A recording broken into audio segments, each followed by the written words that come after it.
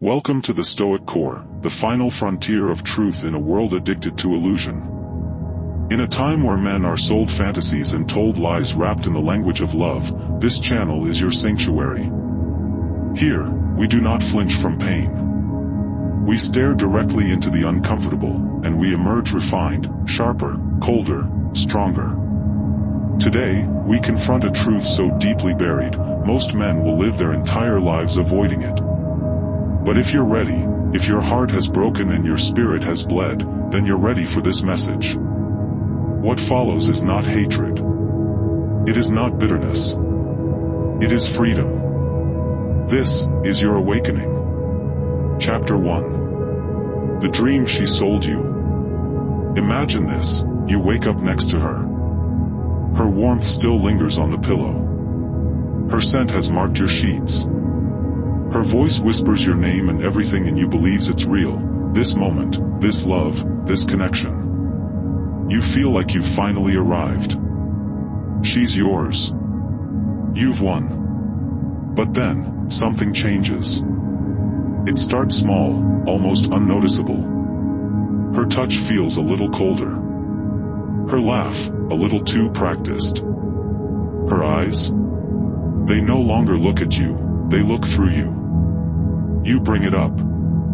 She dismisses it. You're just imagining things. Don't be so sensitive. But inside, something screams. Something ancient. Something wounded. Something aware. You are not crazy.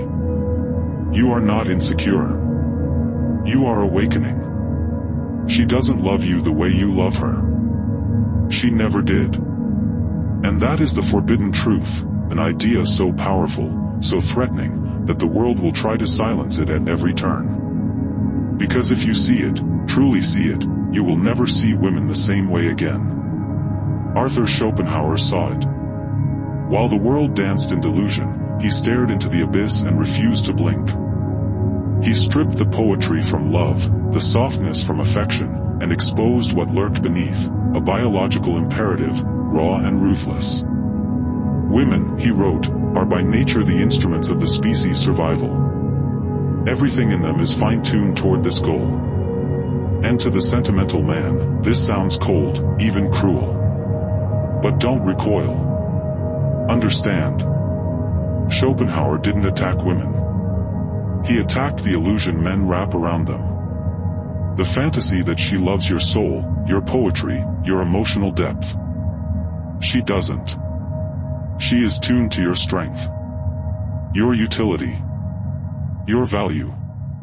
And the moment your value slips, the moment your usefulness expires, she's already calculating her next move. And here lies the first dagger. Love, as you've been taught, is not unconditional. It is transactional. And the man who ignores this, who builds his world around a fantasy, becomes its first casualty. Chapter 2. Schopenhauer's Curse. Schopenhauer didn't romanticize female nature. He studied it. And what he uncovered was not hatred, it was clarity. He understood that nature doesn't care about your poetry. It cares about propagation. It rewards not love, but strategy. He saw that the male spirit has been chained to illusions, raised to believe that love is sacred, that women are nurturing saints sent to heal broken men. You were told that if you're kind, vulnerable, emotionally open, she'll protect your heart like it's holy. But that's not what happened, is it? You gave her your all, and she walked away like it meant nothing. Not because she was evil, but because she was following a deeper script, one written not by her mind, but by her biology. And here's where the lie begins to rot. The man is the one who loves, Schopenhauer said. The woman is the one who is loved. Men fall in love with love. Women fall in love with value. Not your essence, not your authenticity, your status, your strength, your potential to protect and provide. She's not a villain. She's an agent of nature. And nature doesn't care about your feelings. It only cares that the strongest genes move forward. What you thought was romance, was Darwinism. Modern evolutionary psychology confirms it. Women are biologically programmed to test, to screen, to seek the highest value male. Hypergamy isn't opinion, it's instinct. And when your value dips, she won't hesitate. You thought you were building a future. She was measuring risk. You mistook a strategy for a soulmate. Chapter 3. The Stoic Awakening. And this is where Stoicism enters, not as a defense, but as a revelation. The Stoic man does not hate women. He doesn't resent their nature. He understands it. And in understanding, he is no longer bound to false expectations. He doesn't beg to be chosen. He chooses himself. Stoicism teaches that suffering is not in events, it is in our resistance to them. You were not broken by her actions. You were broken by your refusal to accept her nature. You thought she would love you for your honesty, your pain, your loyalty. But those things have no currency in the marketplace of biology. You suffered not because she changed, but because you expected her not to. Epictetus said, "Don't hope that events will turn out the way you want. Welcome events in whatever way they happen." This isn't passive. It's powerful. It is the shield that guards the Stoic heart. The moment you stop expecting loyalty from female nature is the moment you reclaim your sovereignty. You stop performing.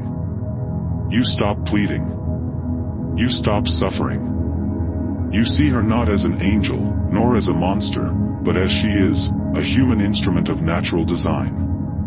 And suddenly, you're not a victim anymore. You're not broken. You're free. Chapter 4. The Paradox of Freedom. Here's the paradox. The moment you stop craving love for your true self, you become more powerful than you've ever been. You no longer live for her smile.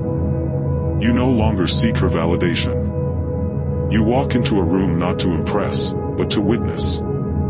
And here's the twist that shocks most men. When you stop chasing her approval, when you stop kneeling before the goddess, she is drawn to you. Not because you gave her everything, but because you finally stopped giving yourself away.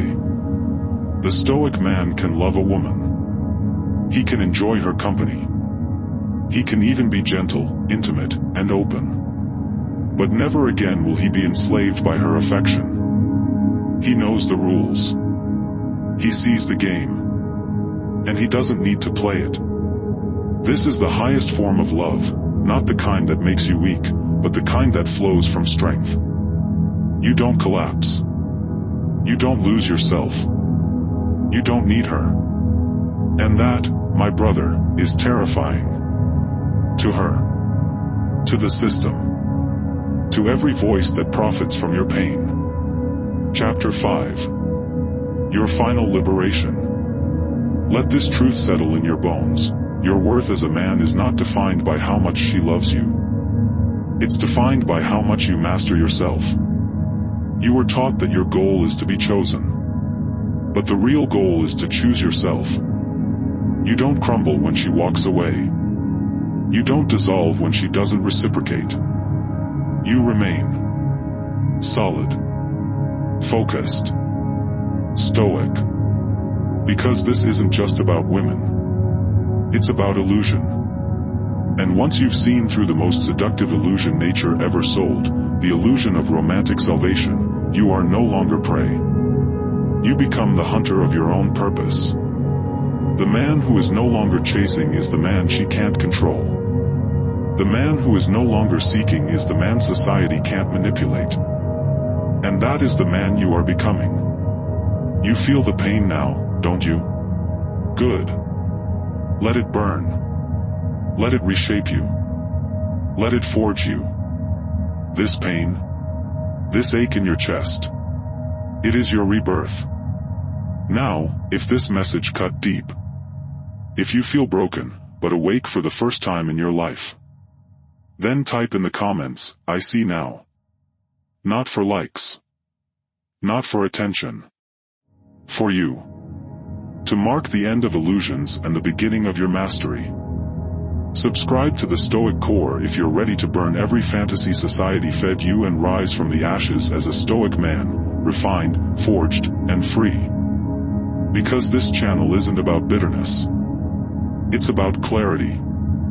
It's not about hating women. It's about loving truth. It's not about rejection. It's about reclamation. They don't want you to find this freedom. But once you do, they can never take it from you.